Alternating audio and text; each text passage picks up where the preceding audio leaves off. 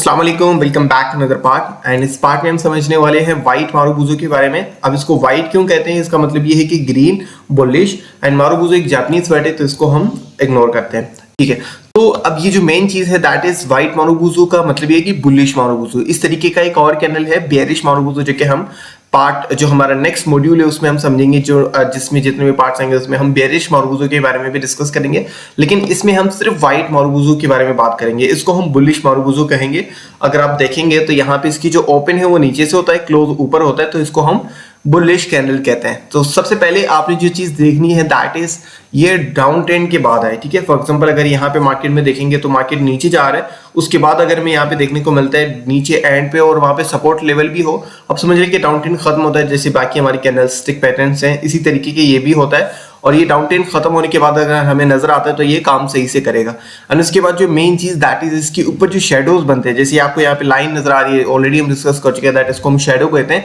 ये 5% से ऊपर नहीं होना चाहिए, नीचे की तरफ अगर 7-10-8% अगर आता है तो ठीक है, ऊपर ज्यादा नहीं होना चाहिए, ऊपर मैक्सिमम 5% होना चाहिए। ठीक है, नीचे का फिर भी इशू नहीं है, लेकिन ये कि जितना शेडो कम होगा उतना हमारी जो कैंडल है वो अच्छी तरीके से वर्क करेगी। ठीक है, एंड ये ग्रीन कैंडल होनी चाहिए जो कि ऑलरेडी हम देख चुके हैं। एंड आपने वॉल्यूम लाजमी देखना है। ठीक है, वो बहुत इंपॉर्टेंट चीज है इस कैंडलस्टिक पैटर्न के अंदर, वॉल्यूम तो आपने लाजमी देखना है, क्योंकि कैंडलस्टिक पैटर्न जो है ना वो अगर हम साइकोलॉजी के हिसाब से देखें तो बुल्स जो है ना वो मार्केट के अंदर एंटर हो जाते हैं और इतनी अच्छी से क्लोजिंग देते हैं, बियर्स जो है ना वो एकदम से वीक पड़ जाते हैं। आप समझ लें कि इतनी अच्छी कैंडल बनती है, तो इसका मतलब यही है दैट बुल्स मार्केट के अंदर एंटर हो चुके हैं। तो वॉल्यूम तो आपने लाजमी देखना है, समटाइम ये फेक भी आपको दिखाया जाता है। ठीक है, तो वॉल्यूम आपने लाजमी देखना है दैट ये जो कैंडलस्टिक पैटर्न बन रहा है वो रियल है। और उसके बाद जो इंपॉर्टेंट चीज है, बाकी जितनी भी हमारी पैटर्न है उसका 85 से 90% चांस होता है वो हमारा जो कैंडलस्टिक पैटर्न है वो वर्क करेगा। 10 से 20% चांस होता है कि वो फेल हो जाए, लेकिन इसमें जो फेल होने का चांस तो वो 30% है, थोड़ा सा बढ़ जाता है। ये बहुत टाइम फेल होता है। ठीक है, मैंने इसको काफी बार फेल होते हुए देखा है, मेरे हिसाब से तो ये 60% टाइम भी फेल होता है।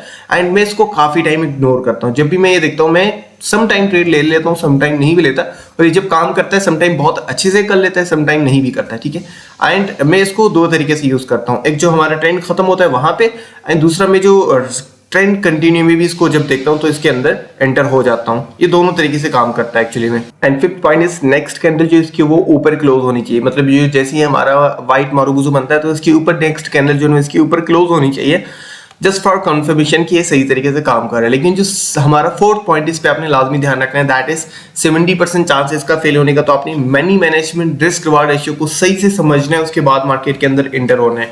अब ये किस तरीके से काम करता है, मार्केट नीचे आता है और जैसे ही हमें यहाँ पे ये देखने को मिलता है और वहां से मार्केट हमें जब कैंडल ऊपर क्लोज होती है तो हम समझ लें कि ट्रेंड जो है वो थोड़े से टाइम फ्रेम में ऊपर जाने वाला है। ठीक है, उसके बाद आगे अगर रेजिस्टेंस स्ट्रांग है तो मार्केट रिवर्स भी हो सकता है।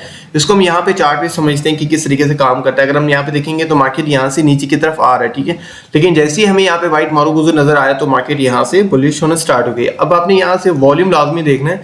अगर हम देखेंगे यहाँ पे तो वॉल्यूम का हमें एक प्लस पॉइंट नजर आया दैट इसमें वॉल्यूम बहुत ही स्ट्रॉन्ग तरीके से काम कर रहा है, तो इसके अंदर हम यहाँ पे एंटर हो सकते हैं, ये हमारे लिए सही से काम कर सकता है। ठीक है, जो मेन चीज दैट इज आपने एंट्री लेनी है। जस्ट अ मिनट, हम यहाँ पे एंट्री ले लेते हैं। फॉर एग्जांपल अगर हम लॉन्ग की पोजीशन ओपन होती तो हमें जहां से भी जितनी सही से एंट्री मिले उतना अच्छा है, लेकिन जो मेन चीज है दैट इज ये ऑलरेडी ऊपर जा चुका होता है, तो उसके बाद हमारा रिस्क रिवार्ड रेशियो थोड़ा सा खराब हो जाता है। जैसे अगर हम यहाँ पे देखेंगे तो इसके अकॉर्डिंग हमारा रिस्क रिवार्ड रेशियो यहाँ पे, हमारे स्टॉप लॉस यहाँ पे होगा, और हमारा जो टेक प्रॉफिट है वो अगर हम देखें यहाँ पे तो एक तो हमारा यहाँ पे रेजिस्टेंस नजर आ रहा है। ठीक है, अगर हम यहाँ पे क्लोज नहीं करते, ये वाला जो रेजिस्टेंस है इस लेवल पे अगर हम जाते हैं तो अगर इसके अकॉर्डिंग भी देखें ना तो हमारा रिस्क रिवार्ड रेशियो थोड़ा सा खराब हो जाता है। 1:2 भी नहीं हुआ, 1:1.3 हुआ है। ठीक है, तो इसमें रिस्क रिवार्ड रेशियो थोड़ा सा हिल जाता है। इसके लिए आपने क्या करना है, मैं क्या करता हूँ मारुबुजू के बाद की जो कैंडल है ना उसके अकॉर्डिंग स्टॉप लॉस लगा लेता हूँ। मतलब ये जो कैंडल नेक्स्ट कैंडल बन रही है इसके नीचे ऐसे लगा देता हूँ, तो इससे मैं ट्रेड मिस भी नहीं करता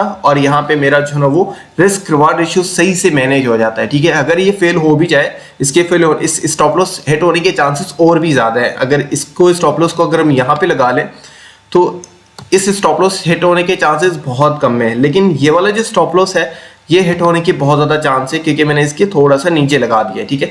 अगर हम यहाँ पे देखेंगे ना तो इसके बाद हमारा मार्केट नीचे आते हुए देखा, लेकिन ये वाला सपोर्ट हमें देखने को मिला है क्योंकि पीछे सपोर्ट भी है, तो पीछे वाले सपोर्ट के अकॉर्डिंग भी आप मार्केट के अंदर जो है अपना स्टॉप लॉस मैनेज कर सकते हैं।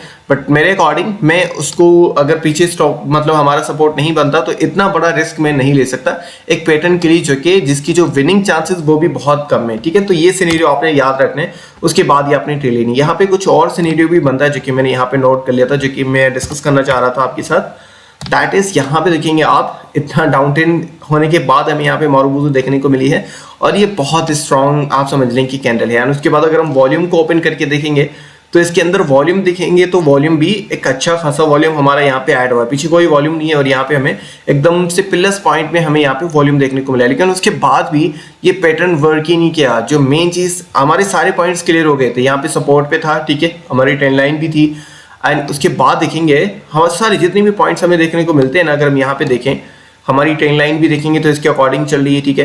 एंड उसके बाद डाउन ट्रेंड खत्म होने के बाद हमें देखने को मिली है, ठीक है।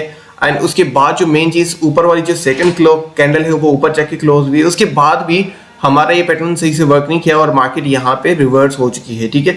तो इसके फेल होने के चांसेस इसी तरीके से ही बढ़ जाते हैं। तो इसको देखने के बाद आपने केयरफुल होकर ट्रेड लेनी है। एंड जो थर्ड चीज जो मैंने आपके साथ डिस्कस की थी दैट इज हमारा ये जो कंटिन्यूशन है उसमें भी ये काम करता है, ठीक है। हम आगे चलते हैं, जस्ट ए मिनट। मैंने यहाँ पे एक और पॉइंट भी देखना था, लेट मी फाइंड। अगर हम यहाँ पे देखेंगे तो यहाँ पे भी हमें व्हाइट मारुबुजू की तरह ही एक कैंडल देखने को मिल रही है और यहाँ पे देखेंगे तो यहाँ पे भी हमें देखने को मिल रही है। तो ये एक तरीके से आप समझ लीजिए कि हमारी जो ट्रेंड लाइन है यहाँ पे काम करता है, ट्रेंड लाइन के अकॉर्डिंग ये काम कर रहा है। जस्ट ए मिनट, इसको हम यहाँ पे ड्रॉ कर लेते हैं, just a minute. Okay, for example अगर हम यहाँ पे इस ट्रेंड लाइन को ड्रॉ करें तो ऑलरेडी हम डिस्कस कर चुके हैं दैट एक तो डाउन ट्रेंड खत्म हो वहां पे, दूसरा ट्रेंड को कंटिन्यू रखने के लिए हमें यहाँ पे अगर ट्रेंड लाइन के ऊपर ये देखने को मिलता है तो ये बहुत अच्छे से वर्क करता है, ठीक है। अगर हम यहाँ पे देखेंगे उसके बाद क्लोजिंग ऊपर भी, तो ये बहुत अच्छे से काम कर रहा है। मेरे अकॉर्डिंग ये कंटिन्यूशन के लिए बहुत अच्छा है। कंटिन्यूशन में इसका जो विनिंग परसेंटेज वो बढ़ जाती है जब हमें यहाँ पे ये ट्रेंड लाइन पे देखने को मिलता है। आई होप आपको समझ आ गया होगा और इसमें कोई ज़्यादा मुश्किल नहीं है, बस आपने risk ward and money management को फॉलो करना है। एंड कंटिन्यूशन में ये ज़्यादा अच्छे से वर्क करता है, लेकिन बुलिश रिवर्सल में थोड़ा सा ये आपको मुश्किल में ऐड कर सकता है। तो आपने इसको मनी मैनेजमेंट के अलावा ट्रेड नहीं करनी। थैंक यू सो मच, मिलते हैं नेक्स्ट मॉड्यूल।